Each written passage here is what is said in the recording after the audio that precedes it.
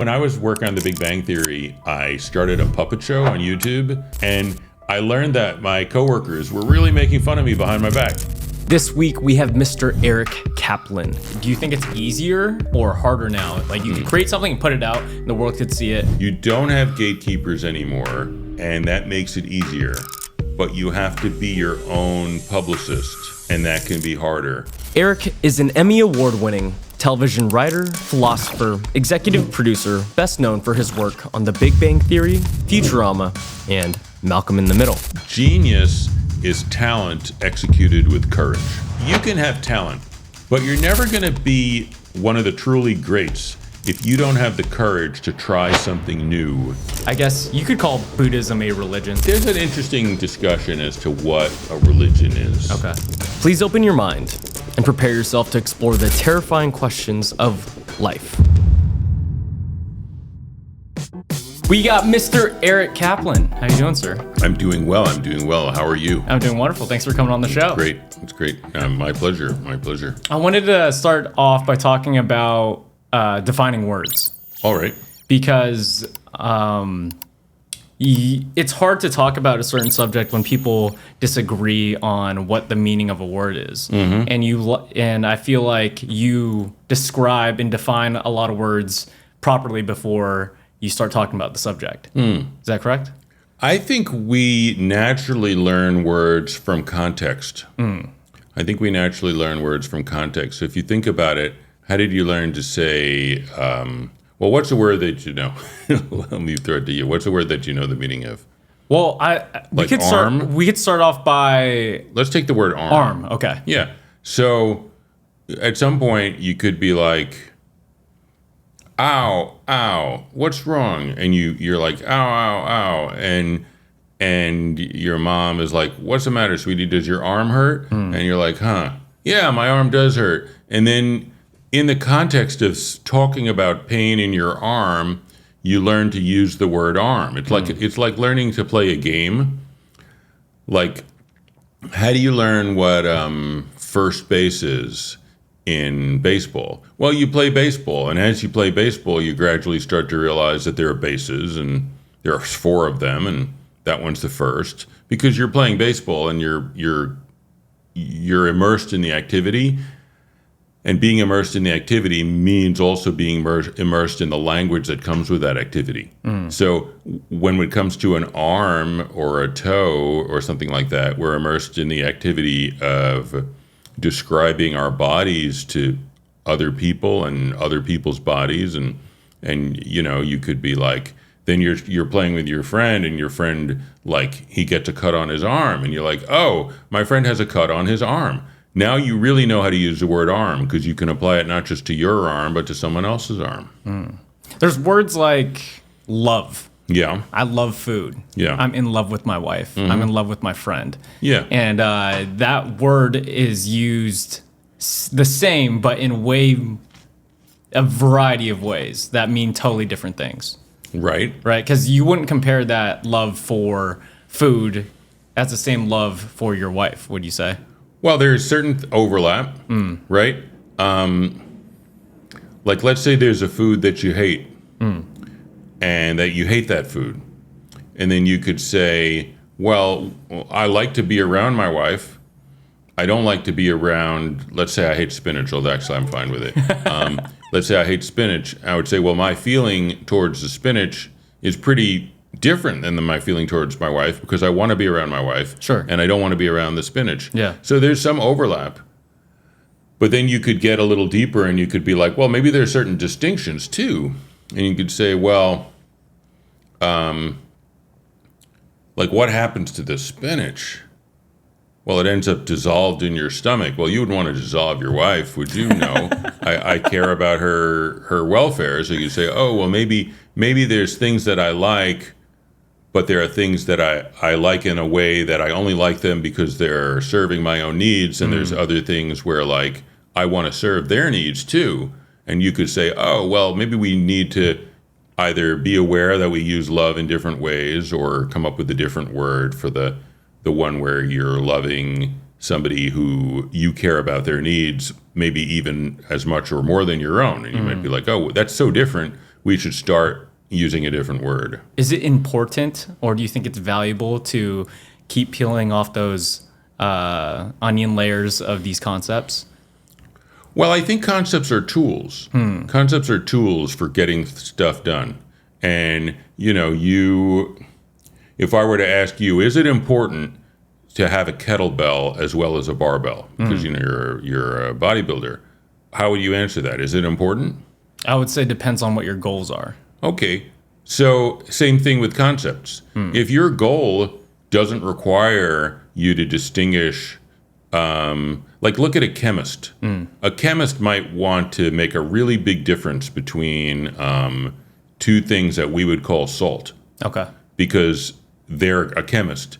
But we might say, all we want to know is if it's going to make our food taste better. So for us, those two, the concept of salt is perfectly fine. We don't need to make it more distinct.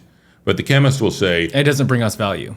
It doesn't bring us value because that's not our goal. But the chemist might be like, it's pretty important that there's a difference between potassium chloride and sodium chloride. Those are different kinds of salt. So we need to distinguish not just salt, but the kind of salt. And that's for the goal of the chemist. It's like the two different concepts are like the kettlebell and the barbell. And you can say, well, in a certain kind of context, I don't care. As long as it's a weight and I can pick it up, I could be a rock. I don't care. But then you might say, oh, there's a certain kind of context in bodybuilding where the fact that I can swing it, that's pretty important. So it depends what your goal is. The reason why I ask is in your book, Does Santa Exist? You go into this concept of someone, a friend stealing something from a store. Yes. And you could argue that should I report my friend? Yes. And is that the good? Or do I not rat my friend out because I love my friend or I care about my friend? And then you dive and you peel off all these onions to make the argument of not selling your friend out or selling your friend out. All right. And did that interest you? That interests me because how come? They're both right and they're both wrong, depending on how you look at it. Sure. And sometimes how you look at it depends on other things as well. And the thing about philosophy, I guess we could talk about the initial meaning of it, lover of wisdom, right? Yeah. Why go through that, I guess not rabbit hole, but the constant thought process of these deep questions, of questioning everything, basically. Or these deep questions of like the meaning of life or why are we here, XYZ. Oh, well, I think I could probably answer that question if we had a specific one in mind. Which one? What do you mean? Like you said, why do we ask about these deep questions? Well, pick a deep question, and then we can discuss whether it's worth asking it or not. But I don't have a general answer for all deep questions. Maybe there are some deep questions that are not worth asking. But you ponder a lot of questions. Like that's kind of the whole thing of like your podcast as well as like philosophy in general, wouldn't you say? Well, I if you ask me about a particular question, I can tell you why I think it's worth thinking about. But the meaning of life. Let's start off there. Have I ever said I'm interested in pondering the meaning of life? I don't think so. I don't think so. I mean, that's a hard one because I'm not. I think people mean different things by that. I mean, we could talk about it if you want. Yeah, I could talk about it. I pondered a lot. If you're curious about the meaning of life, what do you mean by that? Why are we here? Of our certain life. I feel like a lot of people question that, or some people avoid that question. Right. Well, why are we here? Why do you think you're here? Why am I here? I don't feel prepared to give that a quick answer right now. I mean, I'm happy to talk about it with you. If I can understand life better and I can make life more free and beautiful for myself and other people, I would embrace that goal. I would embrace that goal. But I think I was sort of free to embrace it. I don't know necessarily that like I needed to like look inside. Like I don't think I came with an instruction manual. In cooperation with other people, I can start to write a mission statement for my life, but I think it's something that I need to develop and work on. It's not something that I just discover. Yeah. Just like as you go through life. Yes. Yeah. And that has to do also with being open to what are the possibilities out there and which of them seem real and which of them seem fake or not worth pursuing. So it's a little bit of a it's almost like your life is, or my life is a bit like a story that I'm engaged in writing. It's not entirely a story that I'm engaged in reading. You know what I mean? Yeah. How do you determine, I guess, what is real and what is fake? Right. Well, that's a good question. I suppose what I mean is, like, I could find myself thinking,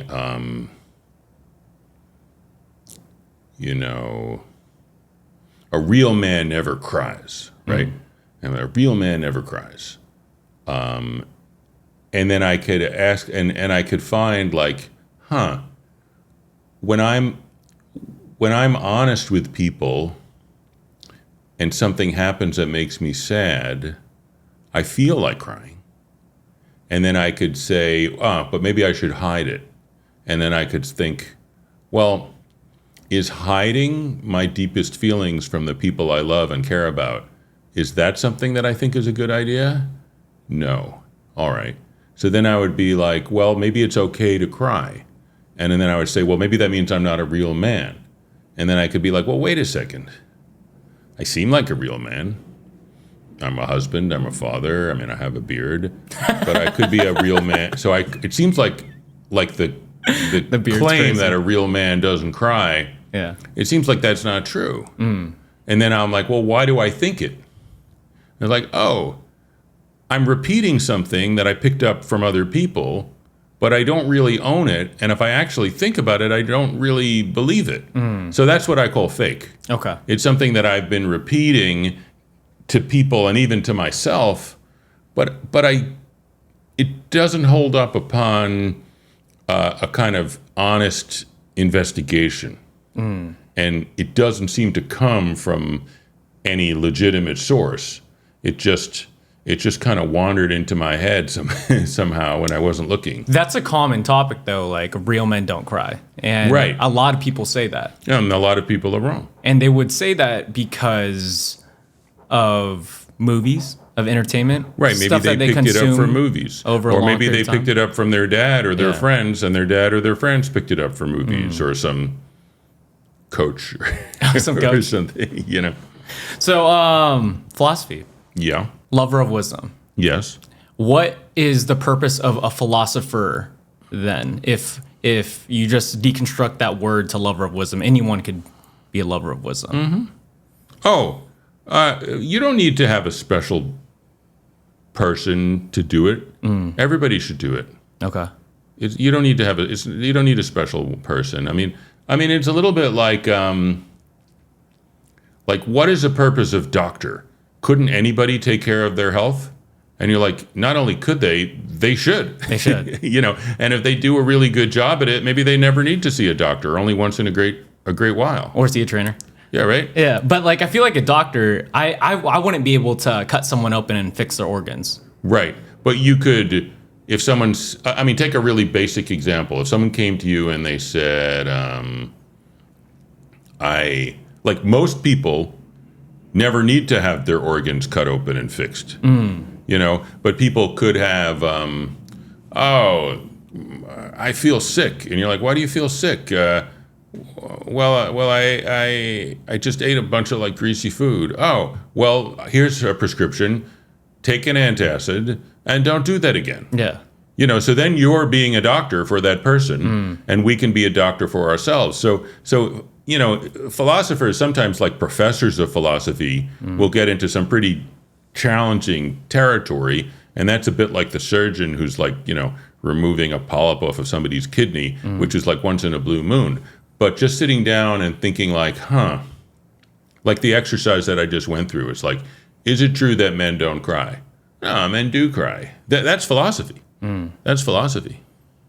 How does... Oh, I remember. I thought of a good example last week. Sorry to interrupt. It was, there's these two roommates, and one of them is saying, what do you want to do tonight? And he's like, I'm going to stay home and party. He's like, how are you going to stay home and party? Well, I'm just going to sit home alone and smoke weed. And then the friend could be like, that's not a party. Party has to have more than one person at it. Yeah. And then the friend was like, yeah, I guess you're right. I guess I'm not partying. Maybe we should go out and find some people and like hang out and party. And smoke weed together. Well, maybe smoke weed together. But it like staying home alone, it's not a party. So I think that's philosophy. Okay. Like to discuss, you want to party, but what you're really doing is not partying. What you're really doing is kind of a it's self-isolation, and that's not partying. You might have a different philosophical argument about whether it's fun, you know, or a good time or something like that, but it's not a party. Yeah. I think the roommate in the little story I just told is right, and he's doing philosophy. So what's the importance of having that conversation? Well, in this particular story I'm telling, I think the guy who is not going out is not living his best life. I think he is hanging back because he's afraid of getting rejected, and he's telling a story that's more or less bullshit, that he's having fun, but he's not really having fun. It's just a story he's telling himself because he doesn't want to admit to the emotional pain he's going through or the fear. And his friend is helping him, stop lying to himself and live a more fun, have at least a better Saturday night. Yeah, take the risk, go ask some people to come smoke with you if you want. Yeah, for sure, right? Yeah. So how has philosophy impacted you, not just by understanding the world better, but by understanding yourself and how you navigate the world? Well, a really big thing for me is my response ever since I was a little kid in the face of emotional pain has been to detach and to say, I don't care. In thinking about that more deeply through reading some philosophy has made me more often take the choice of caring, even if it means I'll go through some difficult emotions. And Instead of detaching. Instead of detaching, yeah. So philosophy for me has been a path towards emotional connection with other people. To the point where you would get a doctorate and study at all these institutions and potentially be able to teach it. I could teach it, yeah. Well, I was very interested in it. I remain interested in it because I think of the ancestors, people who are dead and they've written books of philosophy as I feel really grateful to them because these are people who worked really hard and went through some really kind of anxiety-provoking dark nights of the soul, and they wrote down what they learned. And that has helped me immeasurably in my life. So I'm grateful to those teachers and what I've had the chance to learn from them. Socrates was one of your big heroes. Oh, yeah. Socrates was great. I think he's probably a big hero of anybody who has studied philosophy because in the Western tradition, he kind of got the whole thing rolling. Yeah. He was willing to die for truth. He did die. Yeah. He did die for truth. And from what I understand, it was a big inspiration for you to move out to Los Angeles and pursue this career in comedic writing. Yeah.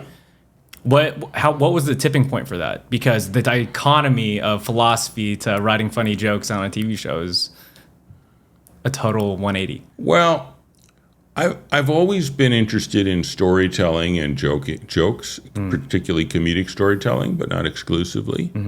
And I studied philosophy, and that's a different kind of writing.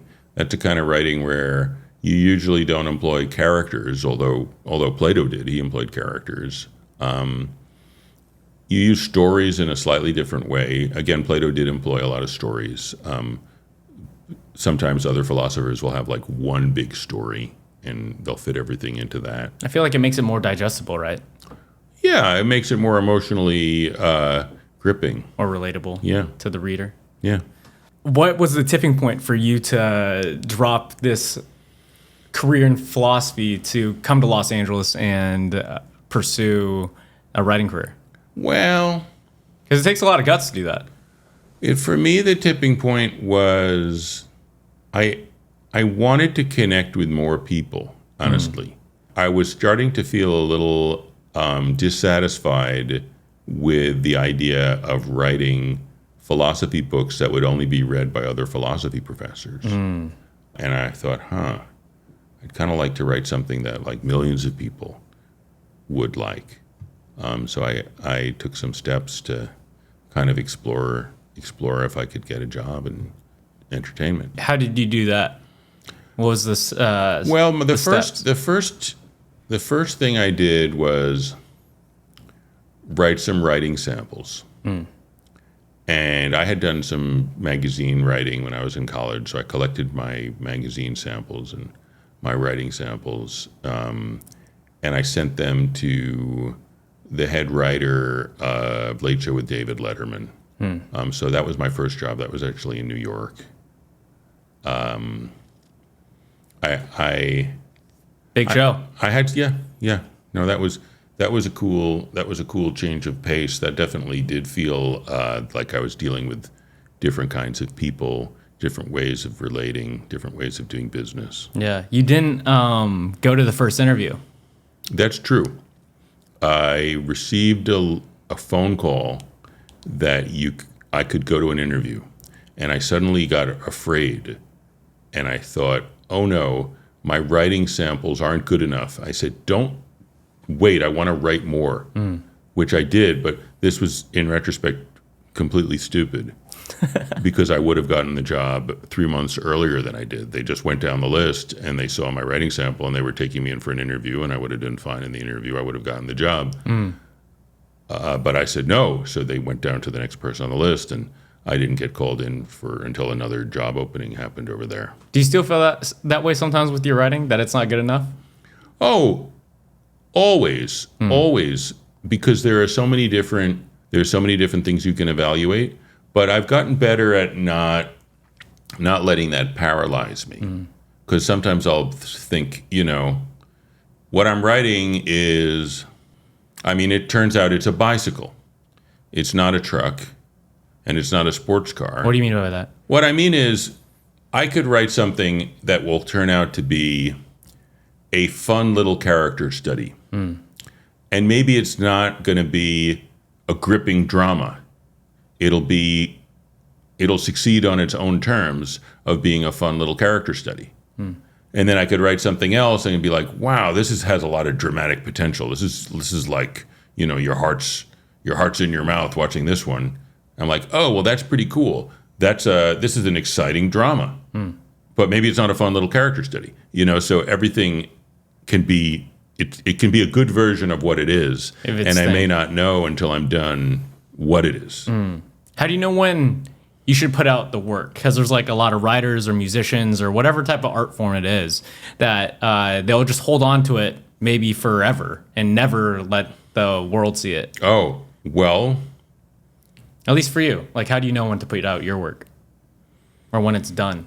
Or if it's ever done? Well, there is a wise person who said a work is never completed, it is only abandoned. Usually the work, usually I've got a deadline, honestly.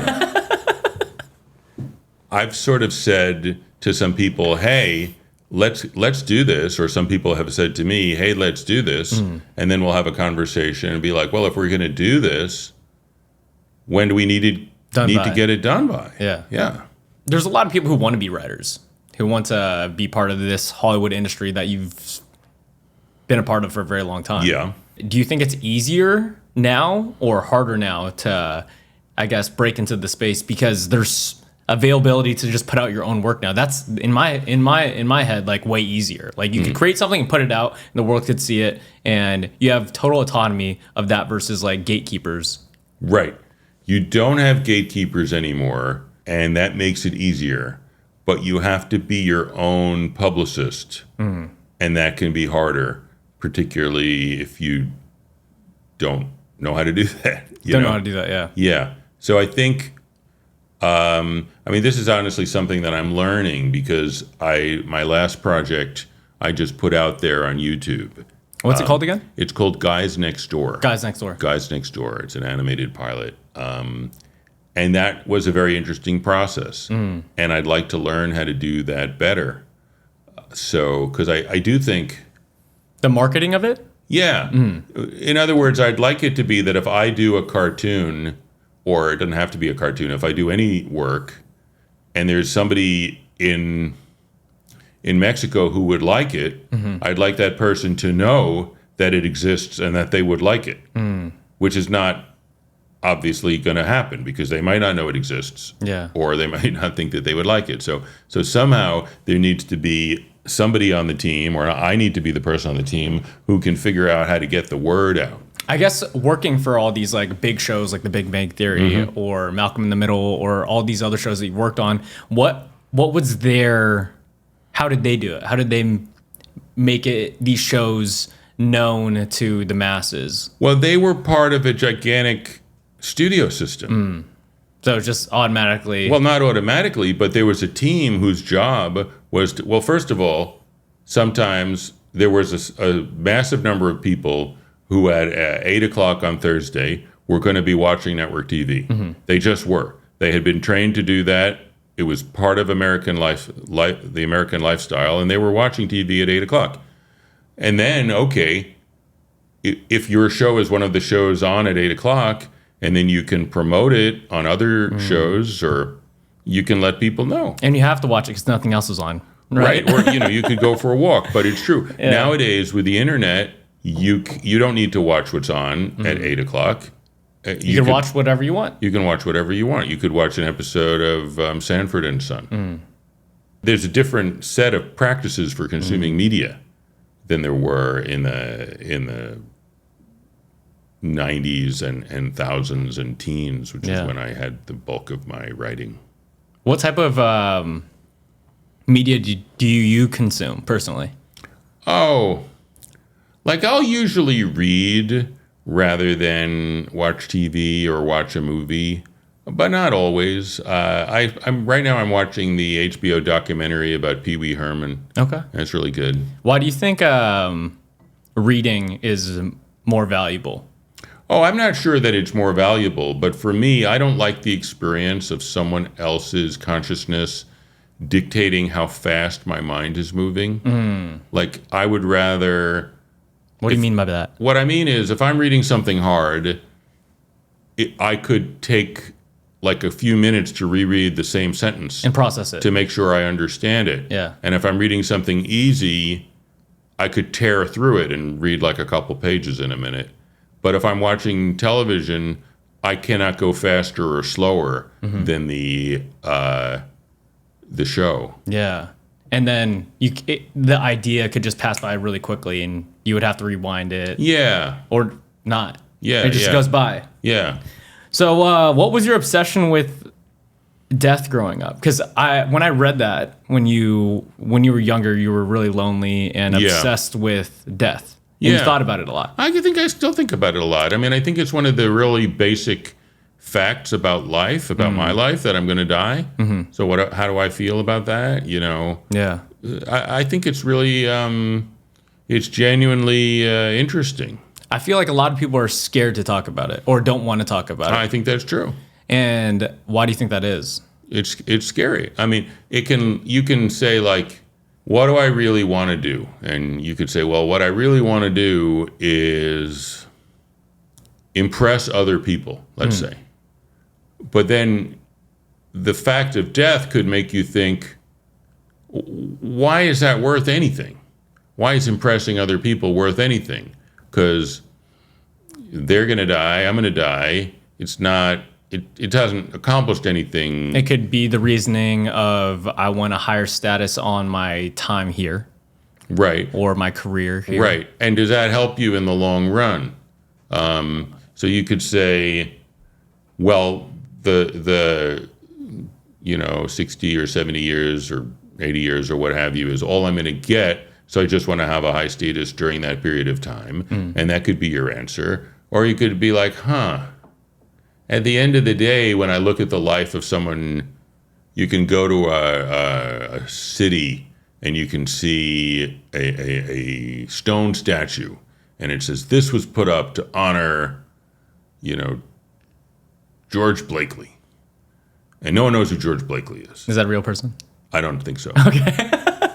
So no one knows who he is, and the fact that there's a statue that was put up about how high status it was, it kind of seems ridiculous. So it's like, if all I'm doing is leaving behind a statue to Eric Kaplan, but in 50 years' time, no one even knows who Eric Kaplan was, you could conclude that a life spent achieving status is not the best life. And that's kind of what I think. Like, I think if I can spend my life, like, improving people's lives in a way that will continue to make people's lives better, then that's more meaningful to me than simply having high status while I'm alive. Yeah, I like to think about death as a motivator to just do whatever you want, because at the end of the day, no one's going to remember you. Right.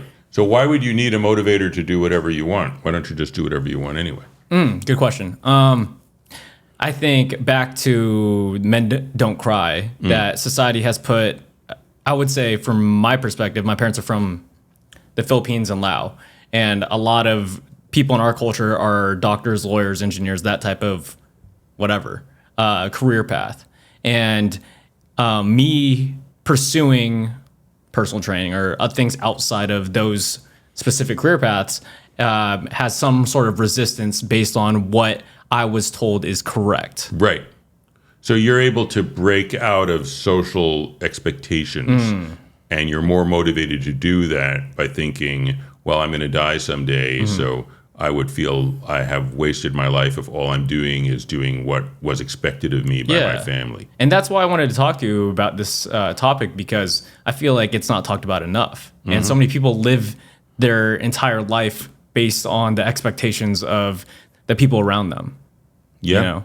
Yeah. And so, like, what has, I guess, thinking about death on a consistent, long basis, because this is when you were a child thinking about these things, done for you even until today? To the extent that I've been able to meditate on death consistently, it's made me more serious or more sober. So it means I think I'll make my decisions a little more... Intentionally, sure. By the way, do you speak Lao? I do not. No. I do not. Do you? No, I learned a little Thai, and you taught English in Thailand for a bit. I right? did, yeah. And you're a monk? I was a monk. Was a monk? Yeah. What was that process like? Oh, I mean, in terms of what it was literally like, I was ordained. Okay. What does that mean? That means my hair and eyebrows were shaved, and I was given a begging bowl. Did you have to shave your beard too? Yes. Okay. So completely naked all over the face. Yes. Okay. And like a cue ball. And I was given robes, like certain cloths that you wear. Okay. And a begging bowl. A begging bowl? Yeah, because the literal meaning of monk is bhikkhu, which means beggar. So the idea is you will only live based upon the charity of others. You won't grow food or earn money. And then you're given 5 things to meditate upon. And you're told to go meditate on them. And they are... What would some of those things be? I'll tell you what all 5 of them were. Okay. The hair of your head, the hair of your body, your skin, your teeth, and your fingernails. Was that a daily meditative practice on those things only? Or were they separate every single day? No. Well, it's a little bit like what do you think they have in common? All of them, they grow. They grow, and they also go away. They go away. Yeah. So what it's really in what the Buddha, because this goes back to the Buddha, is advising you to do is to think about who am I, given that many of the things that I think are me change and go away? That's the sort of gist of it. And now in 20th century Thailand, you read, you chant, you meditate. There's various things that a monk can do, but the basic idea of it is you rely upon other people, so you don't fight, you don't till the earth, and you think about three aspects of life, and those are that it's impermanent, that it's not satisfactory, it doesn't ultimately fulfill you, and there's nothing in it that you can call yourself. Nothing in what that you could call yourself? In your life. Okay. It's not your teeth, it's not your eyes, it's not your thoughts, it's not your feelings, because those all come and go. They all change. They all change, yeah. What was your inspiration for, I guess, being ordained as a monk? Well, I had been studying, by which I mean reading about the Buddha's approach to life for some time, since I was like 14 or so, I think. That's pretty young. Yeah. And I wanted to practice it.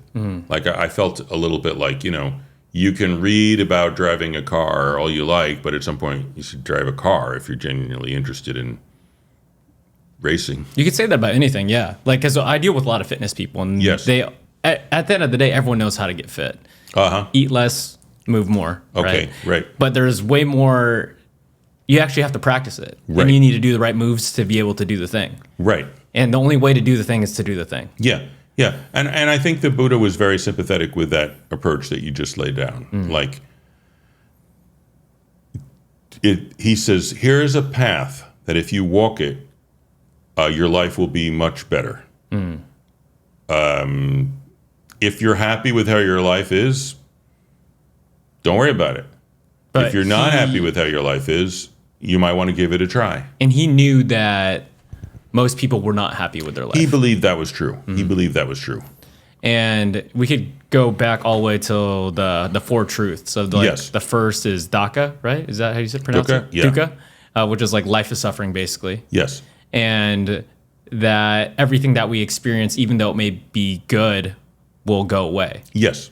And that's just a truth that's going to happen. Like, a good relationship is either going to end by you guys breaking up or one of the people dying. That's right. And the burger's going to, the satiated feeling is going to Yes. go away. Yes. And then the second one, Is the arising of suffering the desire, right? from selfish desire or craving. The thirst. Tanha, thirst. Yes, The it's thirst. sometimes translated as thirst. And then the third is nirvana. No, it's nirota. Nirota. Yeah, it's the cessation of suffering. The cessation. What do you mean by that? Well, if you say that... Is that the ceasing of it? Ceasing, yeah. Okay. It's stopping. So if you say the cause of suffering is selfish desire, what would logically happen if you get rid of the selfish desire? You just are. Well, you'd stop suffering. You would start suffering. If craving is the cause of suffering, if you take away the craving, you'll take away the suffering. So that's the third noble truth. And the fourth is the path, which is the Noble Eightfold Path. which you were talking about. It's how to achieve that. And I cannot reel the Noble Eightfold Path off the top of my head, but it has to do with right livelihood. Right view, right intention, right yeah. speech, right action, right livelihood, and effort. Yeah. Yeah. And I guess... I don't think that's 8, though. Oh, that's not 8? That's 6. Oh, mindfulness and concentration. There you go. There we go. That's 6. Eric knows. So I guess this desire that most people have, and Yes. how do you get rid of it? By following the Noble Eightfold Path. Yeah, but like in a more practical route, like for someone to digest pretty easily. I think... Because it's easy to say, just like, don't desire and do these 8 things. And Well, you just said it's easy to get fit. Just eat less and move more. Yeah. the Just because it's easy to say doesn't mean it's easy to do. Yeah. Yeah. And I guess by becoming a practicing monk, did you learn it? Do you feel like you've achieved that that I've achieved nirvana and I'm a Buddha? No, not at all. It's just I did a little bit of practicing. Okay. It's like by going to the weight room, did you become an athlete? Well, no. You have to have a combination of incredible perseverance, consistency, sincerity, consistency, and maybe a certain amount of luck. Which the Buddhists say it's not truly luck, it's because in a previous lifetime you were virtuous. But what it really boils down to is there are some people who are so reactive that they're unlikely to be able to stop being reactive unless something really shakes them up. It has to get so bad. It has to get so bad, or maybe they need to like have some kind of extreme kind of therapy, or like something needs to shake them up. Those of us who are fortunate enough to not, have like really, really severe trauma and to have enough leisure that you can follow the Buddhist path, you'll get somewhere. I do believe you'll get somewhere. You think it's a privilege to follow the Buddhist path? Oh, yeah. No question. The Buddha said that. Not everybody has it, and you didn't get it because you earned it unless you believe in karma. But basically, if you focus yourself onto this lifetime, some people are born in too much pain to be able to follow the Buddhist path. Some people are born with such cognitive, they could have severe mental retardation, and they couldn't follow the Buddhist path. Interestingly, they thought there are some people, they called them gods, who are born and their life is so materially affluent that they never will follow the Buddhist path. So Buddha was a prince too. And he was an interesting person because he had a very affluent life, but he discovered four things: a sick man, an old man, a dead man, and a renunciant. But they believed that there were beings called gods. It's a little different from our understanding of gods, but they were like aliens who all they did was have fun, and they lived for hundreds of thousands of years. Okay. And they said they're never going to become Buddhists because they're having too much fun. But what will happen to them is they'll just live a very, very long time, maybe 1 million years, and then their body will ultimately start to decay. And then all their friends will leave them, and then they will experience a period of great suffering and then die. So in a weird way, from the Buddhist point of view, to have too much privilege, it's like affluenza. To have too much privilege is no privilege at all. You want to be in the sweet spot that you and I are in, according to the Buddha, which is enough comfort, affluence, and intellectual ability to be able to perceive the truth of the Buddha's teachings and do something about it, but not so much that you're sort of just stupefied by pleasure. Like, that's not good. It seems like it's good, but it isn't good, according to the Buddha. I mean, I feel like you experience that with any super high dopamine effect. If that's like a certain drug, or if that's a super high, like for example, achievement of something. I don't know if you could relate to this, but I just won one of my congratulations this bodybuilding show. Thank you. And after the weeks after the show, I felt this like low. Right. It's because I felt this high for I've been prepping. I hit this peak. I win the thing, and then I'm just like, what do I do now? Right. And I guess, did you feel that way once you, I don't know, made it in the entertainment industry? Yeah, for sure. Yeah, for sure. I mean, I think maybe like I come a little pre-depressed, So even if something good happens to me, I do have a sort of sense of like, maybe it's not that good, or maybe it's not going to last. Where does that come from? Maybe I'm just perceiving the correctness. Maybe I have an insight into the fact that nothing is going to last. Or maybe it has to do with early childhood experiences. Yeah. I don't know. Take your pick. Yeah. What made you decide to, I guess, understand the teachings of the Buddha versus, I guess, you could call Buddhism a religion. Some people might say it's a religion. Yeah, there's an interesting discussion as to what a religion is. Okay.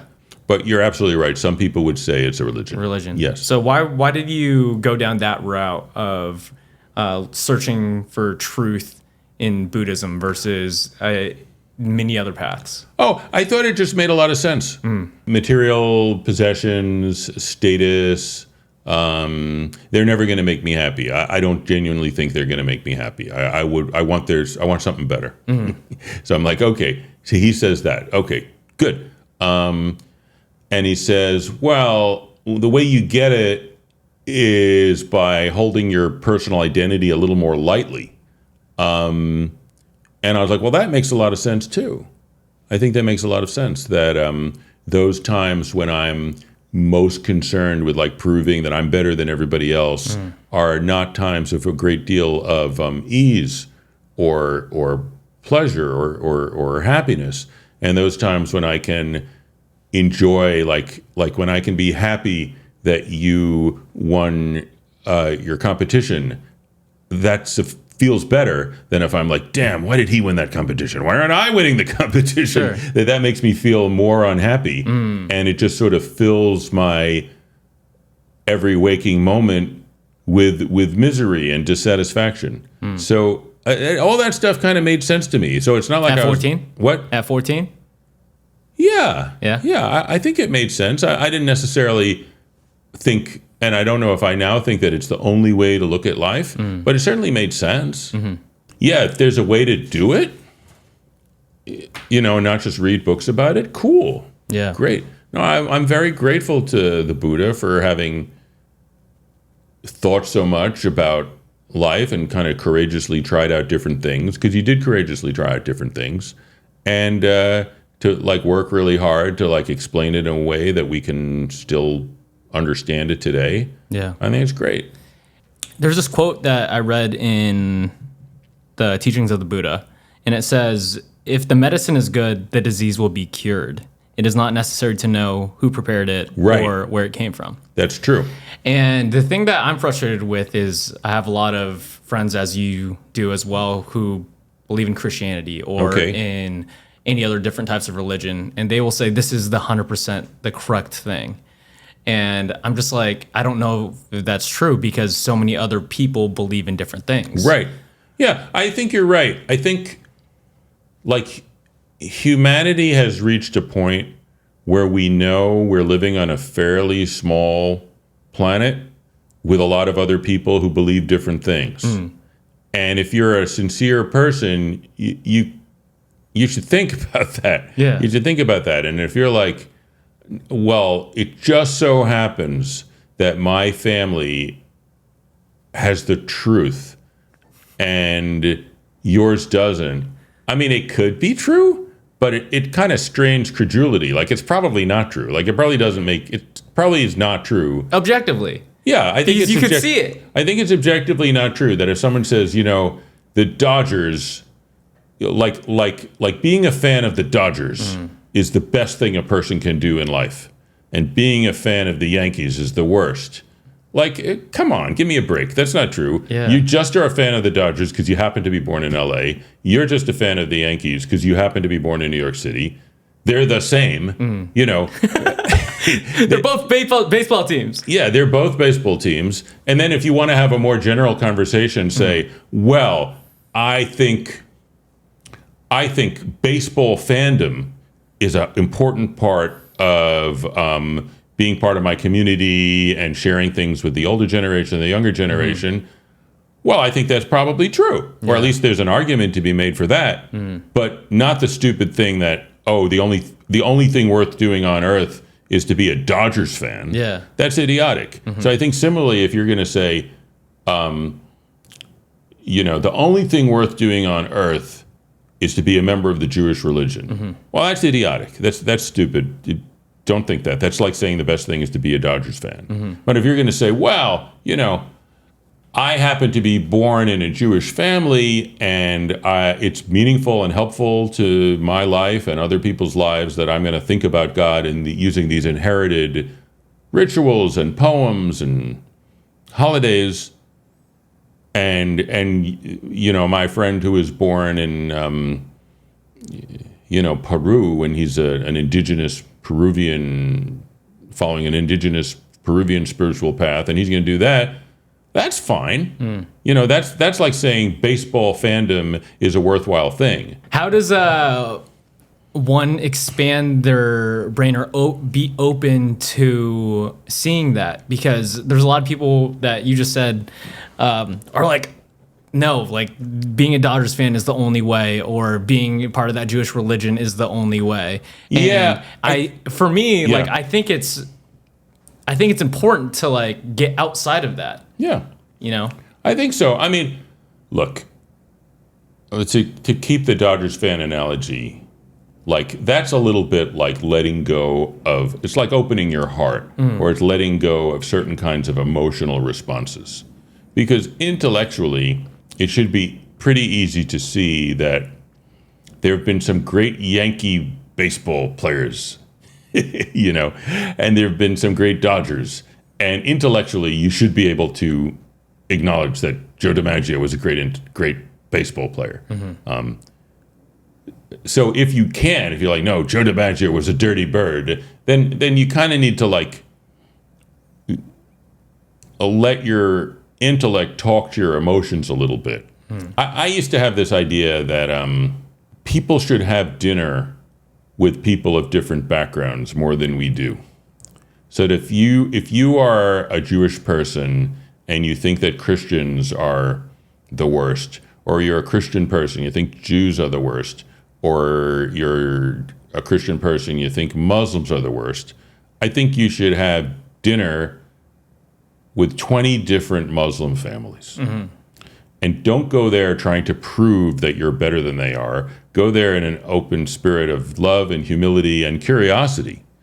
And I think once you've done that, if you're doing it honestly and not just pretending, if you're not just going through the motions, you will necessarily realize that there's dignity and wisdom and truth in the faith of a Muslim.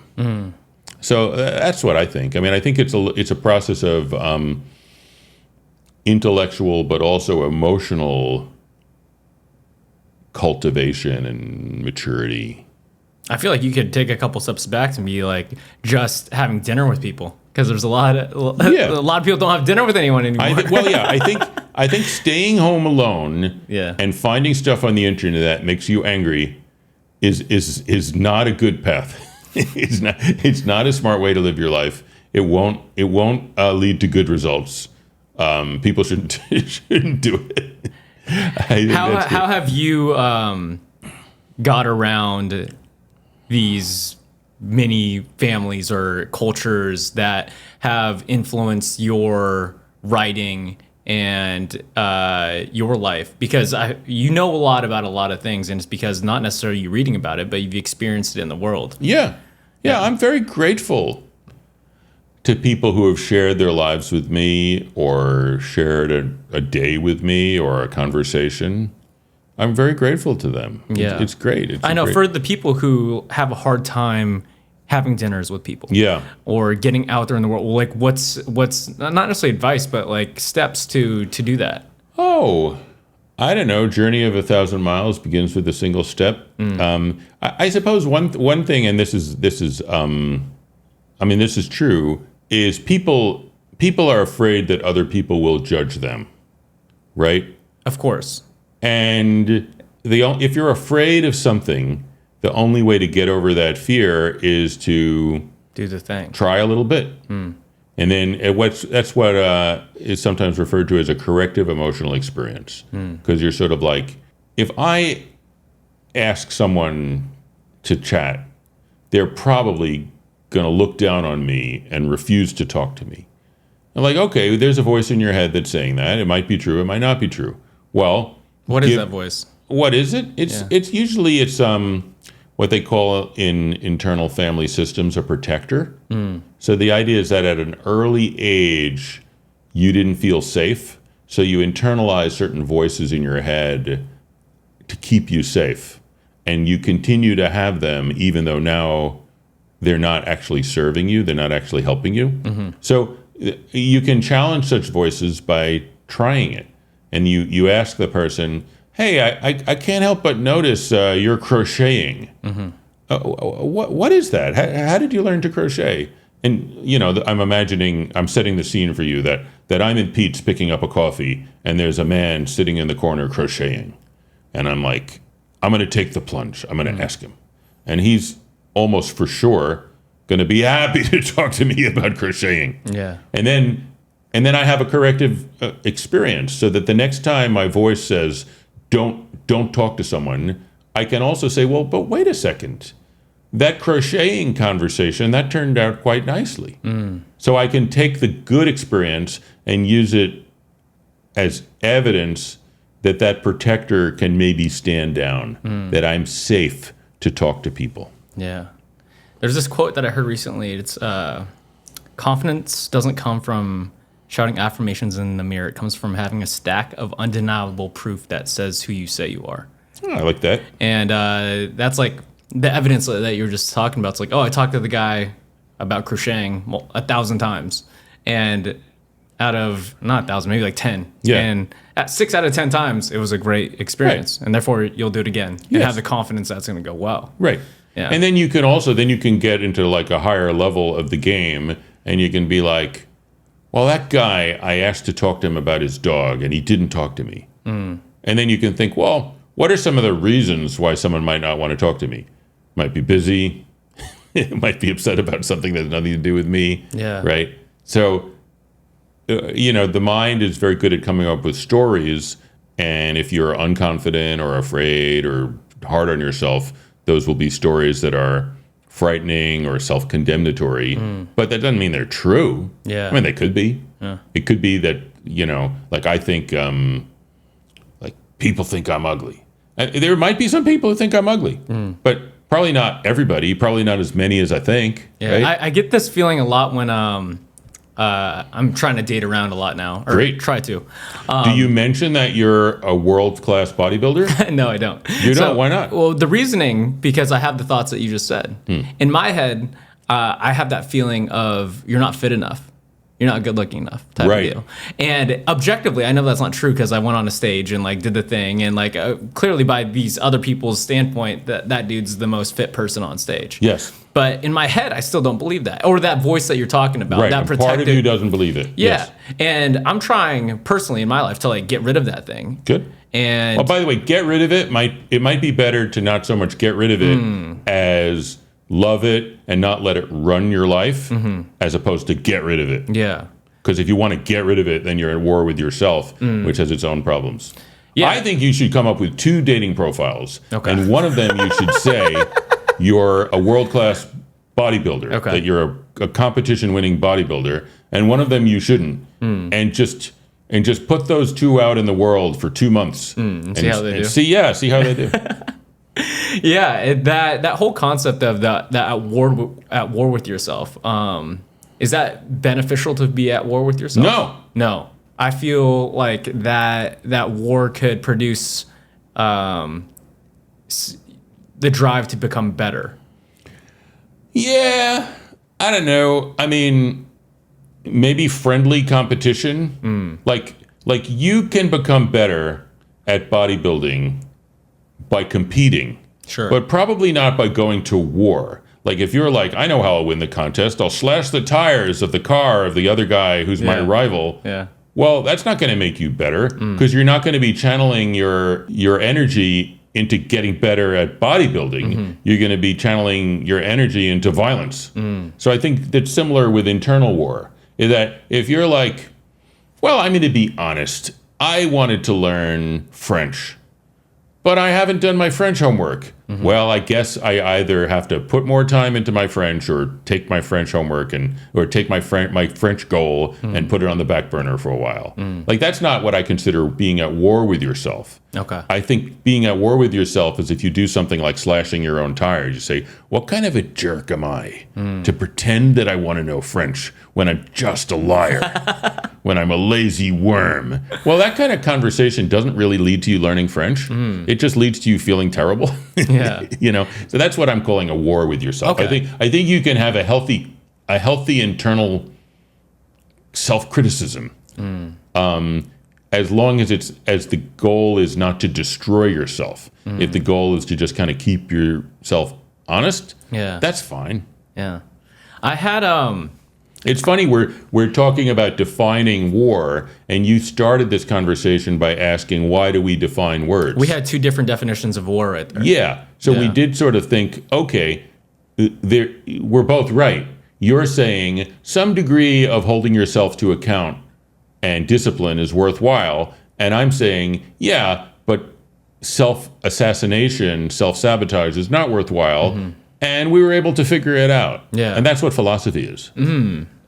I think it's a really good practice to do so because you understand people better and you understand their thought processes. Yeah, and you are a person, so you get to understand yourself as well. What benefit did you gain from, I guess, studying philosophy at the highest level versus reading, like how I'm studying it right now, through simple books? Well, whenever you climb to the top of a mountain, you discover there are higher mountains. Sure. And that's just kind of cool, you know? It's just kind of cool. I mean, for me, like, I can say to myself, I've had arguments with some of the best philosophers on earth. So I don't need to worry that there were better philosophers out there that I didn't try my ideas against. How do you become what makes you a better philosopher than some other philosopher? I think it has to do with having a really deep analysis that takes a lot of things and puts them together in an undeniable and original way. Something like that. That you put together. Oh, well, there are philosophers who are disciples of somebody else. Actually, my teacher was basically a disciple of Heidegger. Okay. So he didn't put it together himself. What he did was interpret it powerfully enough that you could take these ideas and apply them. So he almost like took... Was Heidegger the salad dressing analogy? No, that's Heraclitus. Oh. That's Heraclitus. No, Heidegger was a lot of people consider him one of the two greatest philosophers of the 20th century. Okay. And my professor was somebody who went by the name of Bert Dreyfus, and he was one of the great interpreters of Heidegger. But the thing is, there's an element of philosophy that's honestly a little bit like mental martial arts. Okay. Because you go in there and you think you're going to be able to answer something or say something, and you talk with these guys, and you end up feeling kind of like an idiot because they'll ask you a question that you never thought of before, or you think you've got a great idea, and they figure out some way to twist it around so it looks terrible. And it's kind of like a mental dojo, honestly. What's a question that you have, I guess, gotten from a fellow philosopher that stumped you and that you still think about to this day, maybe? Oh, I think the question of how is it the case that we're the kind of things that are explained by science? Like, it's both the case that, like, I've got a brain that's made of cells, and these cells can be studied by a neuroscientist. But it's also true that I'm free, that it's kind of up to me how I want to live my life. I think these two things are true. And I have many questions about how it's possible that both can be true. And that has stumped me, and it continues to stump me. And actually, it's called the problem of free will versus determinism. And actually, my teacher was like, "Oh, I don't do the problem of free will versus determinism. It's too hard. Nobody has an answer to that. It's just all you can say about that. It's a really hard problem. It's a really hard question, and no one has a good answer." Determinism meaning what? Determinism means that, like, if you know enough about, I mean, let's take, Is this like biology or actual science? let's take the moon. Okay. Right? We know when there's going to be the next lunar eclipse. We can figure it out. Yeah. I don't know when it is. There was one a couple of weeks ago or So- a couple of days ago. In other words, it's determined. If you know where the moon is and where the sun is and where the earth is and the laws of physics, you know when there's going to be a lunar eclipse. Yeah. So it's determined. Science is the faith that the future behaves like the past. Right? Well, Because based on these certain physics and where the moon's at, that it's going to be a repetition, and you know how to predict yeah. based on. I wouldn't use the word faith because it kind of works. You know what I mean? Like, we do know when the next lunar eclipse was going to be. Okay. So far, so good. So far, it's much better to use astronomy to know when the next lunar eclipse is going to be than to go to a fortune teller. I'll use this example with you. And so there's this one fighting coach. His name's Philosopher. He studies philosophy a lot. And he uses this example in a podcast of, if I flip a coin, what is it going to be? We don't know. Heads or tails, right? Probably one or the other. One or the other. Could land on the side, but Could very land on rarely. the side, rarely. And he uses this example. If I flip a coin and it turns into a butterfly, Yes. and I flip it again, it turns into a butterfly. I flip it 1,000 more times and it turns into a butterfly. What would you say it's going to be the 1,000th time? Probably a butterfly. Probably a butterfly. Yeah.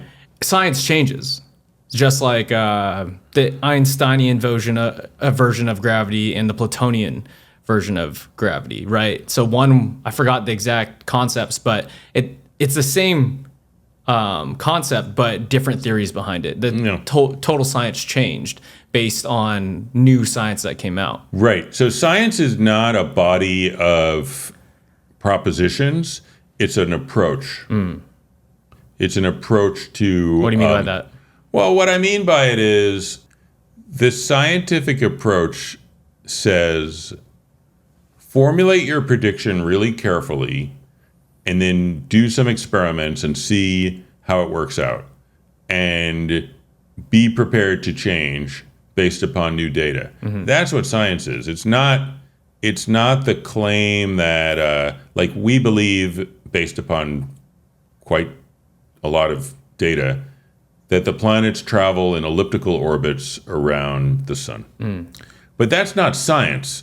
Like, you could have a guy who, like, he says the planets orbit in elliptical orbits around the sun because his guru told him that. Okay. It's not the thing that makes it scientific. What would make him a scientist would be if he was willing to test and see if the guru was right or not. Circling back around to By the way, did you ever hear of a martial arts coach named John Danaher? Yeah. Yeah, I went to philosophy grad school with him. Oh, no way. Yeah. Did you ever meet him? No. No. He studied philosophy of science, and he was a bouncer. And then somehow he became someone who teaches martial artists. He's a pretty big martial artist coach. Yeah. I know a lot of martial artists who are philosophers. Oh, yeah.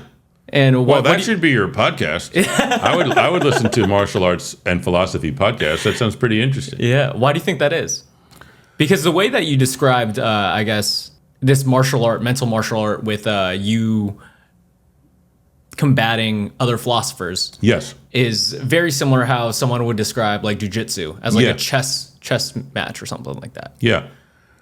Do you think that martial artists tend to be nerds? Most of the time. Yeah. Okay. So I think it's a it's a sort What's of your definition of a nerd? I don't know. I know one when I see one.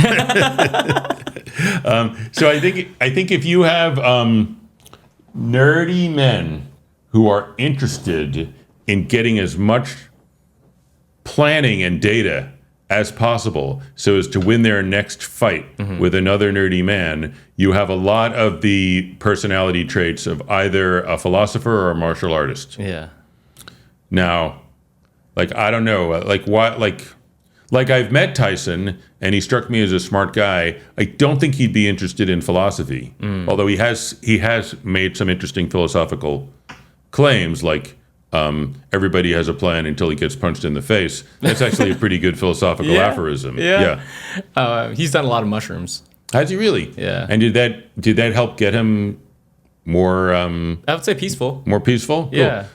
I think so. Yeah, he did like a handful on a podcast, and Really? it was kind of a crazy conversation. When I shook hands with Mike Tyson, I felt as if my hand had gotten into like an industrial machine that could have crushed my hand to pulp if he wanted to. Like, he was so powerful that I was just like, wow, this is a human who's several orders of magnitude stronger than most people. Yeah. How did you meet him? He was doing a cartoon for Warner Brothers, and I was at a Warner Brothers party at Comic-Con. Yeah, that's cool. Yeah. How has it been around these world-class actors, writers, just people who are really good at their craft? What have you learned about them that is different from the average human? Or are they different? I was going to say I think they aren't different. I think there's a couple of different categories. I think there are some people who they just came into this world with a very high, like in Dungeons and Dragons, like very high ability scores. I think there are some people who are just like... You could say that about like physical capabilities, like genetics, right? I think that's true. Like Mike Tyson, he's genetically gifted as well. Yeah. Sure, there's hard work. And then for whatever reason, either self-imposed or imposed by their culture or their society or their family, they also fell into a habit of iterating on trying it, seeing what worked, seeing what didn't, and doing it again. And I think a kind of like it. And it's strange because it's a weird combination of like having a big ego and having no ego sometimes. Because you have to have a big ego to say, you know what people should do for a half an hour? They should watch a television show that I wrote. It's like, what? Why you? Well, trust me. So that's a very strong ego, gigantic ego statement. But then there's also this sort of egolessness, which is like, I'm looking at what I wrote, and it's not doing what I think it ought to do. I'm going to try again tomorrow. Oh, I met somebody, and I don't much like him, but he's better at joke writing than I am. I better learn from him. You know, and kind of going through that humiliation of learning that your ego is not what you kind of hoped it was, and then applying yourself to some repetitive craft. And it's also not craft, because sometimes Wittgenstein, who's maybe the other great 20th century philosopher, said that genius is talent executed with courage. So Genius is talented executed as courage. Okay. Yeah. So you can have talent, and you better have talent if you're going to be like a world-class martial artist, a world-class cellist, or something like that. So you better have talent. Writer, actor. Yeah. You better have talent. But you're never going to be one of the truly greats if you don't have the courage to try something new and kind of like expose your guts through your craft.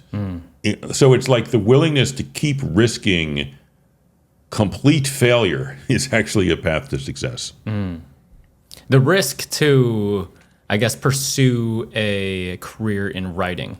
Yeah, that's a risk. But even like once I've written something and like, okay, you know, you're good enough, we're going to give you a job. But then to still try and write something that's genuine is challenging, because then I might look like an idiot. Like, I already have a job and I wrote something that maybe people are going to think is bullshit, or they're going to think it's sappy, or they're going to think it's derivative, or they're going to think it's dumb, or, you know, all kind of ways. Like people, I when I was working on The Big Bang Theory, I started a puppet show on YouTube, and I learned that my coworkers were really making fun of me behind my back. Yeah. And I'm like, okay, that's life. Because I was trying something that I wasn't terribly good at. Yeah. So obviously, there's a lot to make fun of. How did that make you feel? A mixture of angry and kind of proud of myself. Because a little angry because I'm like, here I am doing something. And I actually have a little bit of, like, I don't like people who talk about me behind my back. Like, I like people to, like, if they got a problem or they have something to say, like, I really try and be the kind of person as much as possible. Sometimes it's not possible, but as much as possible, where I'll say the same thing about you if you're in the room and if you're not in the room. I really want to be someone that, like, if everybody got together and they said, what does Eric say about all of us? They'd all have the same story. I think that's a quality. That's something I shoot for. Every now and then you need to control information a little bit, because if somebody comes to me with a secret, it's not my secret to share. Sure. So I can't always share everything, but I try. That's the ideal that I shoot for. So that I wasn't a fan of that aspect of it, but then I also was able to give myself some props, because I thought, I did something that makes me look foolish. That's good. I'm on the right path. Because if I never, Why is that good? It's good because it means I'm taking risks. If I never did anything that ever made me look foolish, it means that I'm deliberately not doing certain things because I'm afraid. And that's not a path towards growth or like the highest level of accomplishment. How do you decide where to put your attention? Because you could take that example and be like, oh, I'm going to start this puppet show. But you could have took that attention and put it anywhere else. I view myself as a bit like a farmer. Okay. A farmer has a certain amount of land. I have a certain amount of time. Everyone does. Yes. No, I'm not saying it's a unique problem that I have. No, everybody has a certain amount of time. And sometimes I refer to it as the 8 magic hours, because I think, like, 8 hours of sleeping, 8 hours of my day job, 24 hours, there's 8 hours I can do whatever I want.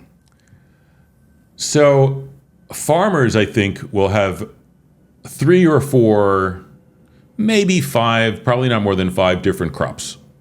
And it'll be a couple things that they know are going to bring in returns, and then maybe a couple experiments, So that's what I'll do, is I'll be like right now, I'm working on a show called Crapopolis, and that takes a fair chunk of time. But it's a job, brings in money. It gives me a certain amount of status in the industry so that I can say to people, yeah, I have a job.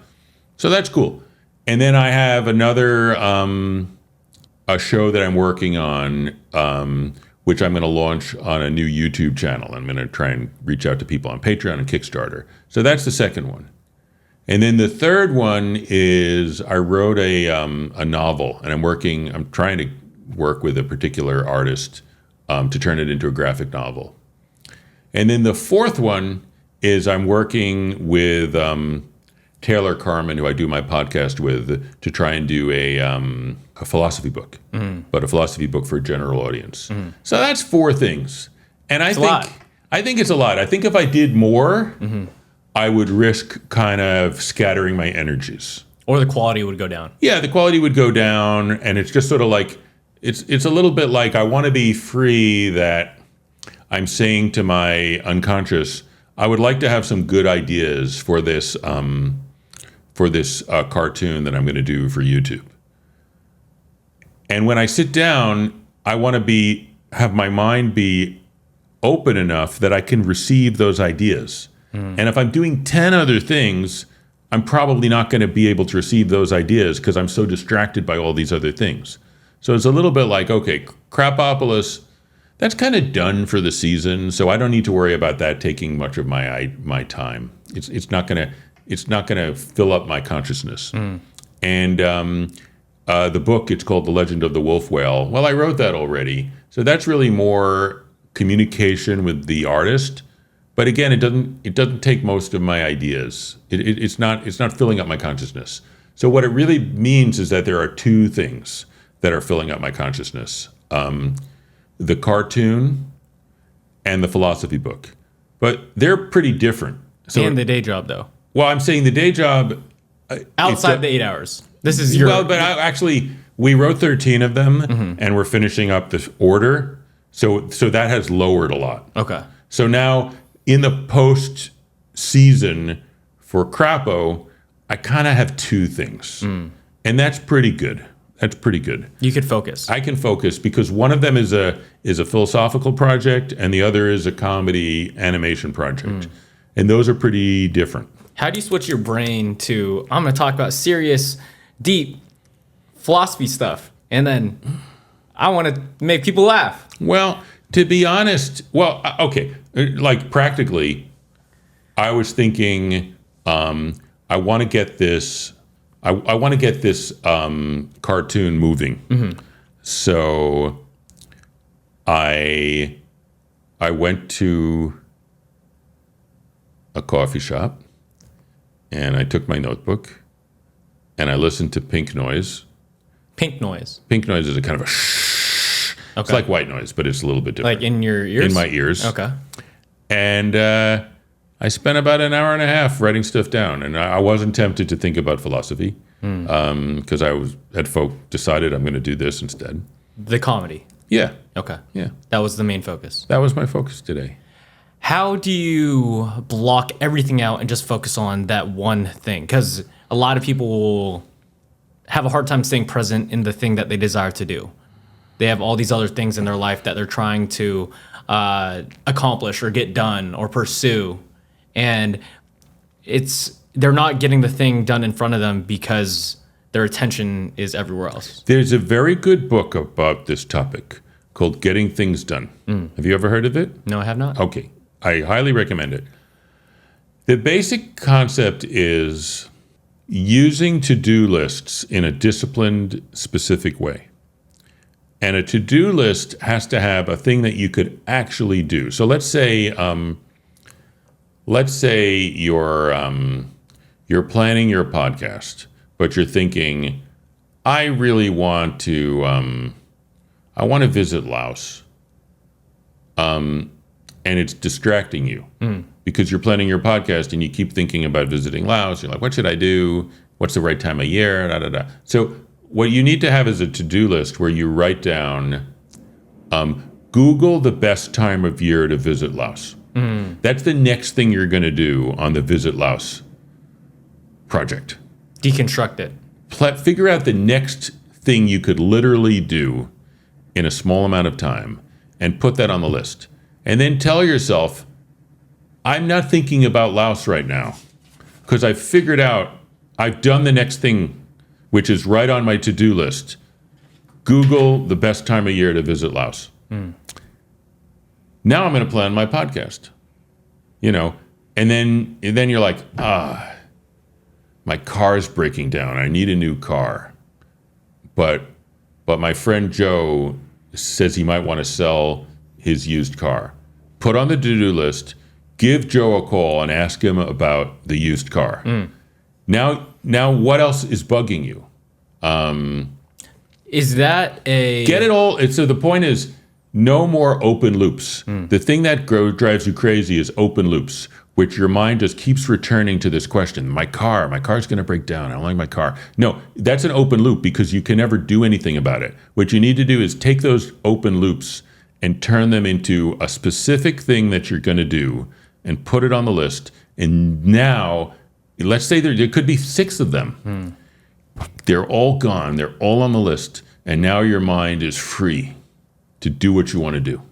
So it's important to cross those off. Well, you put them down. Yeah. And now, let's say you're looking at your day and you're like, it's 4:00.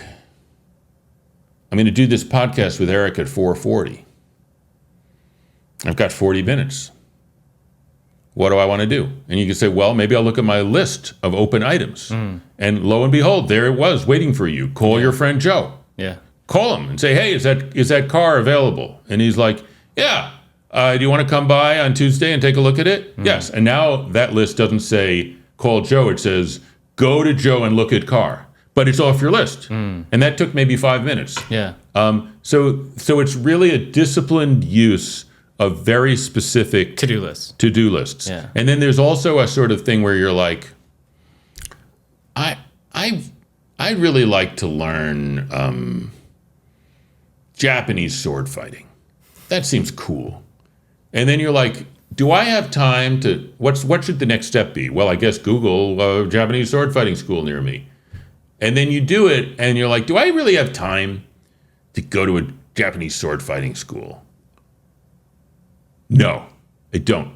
So then you have another list called medium-term projects. And you say, check out that Japanese sword fighting school in Little Tokyo. And that's in your medium-term projects. And you don't worry about it because you decided it's not a to-do list item. It's a medium-term projects item. And you just practice that.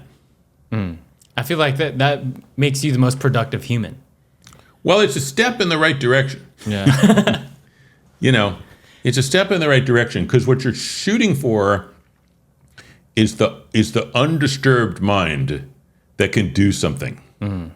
The undisturbed mind. Yeah. That can do something. Well, I'm saying if you're lifting your weights and you're like, oh my God, I need to get a car, it's probably not good, right? You kind of want to be focused on lifting the weight. Yeah. You want to be present. Yeah. So then as you're doing it, you're like, you're walking in there, you're going to do how long is your weight?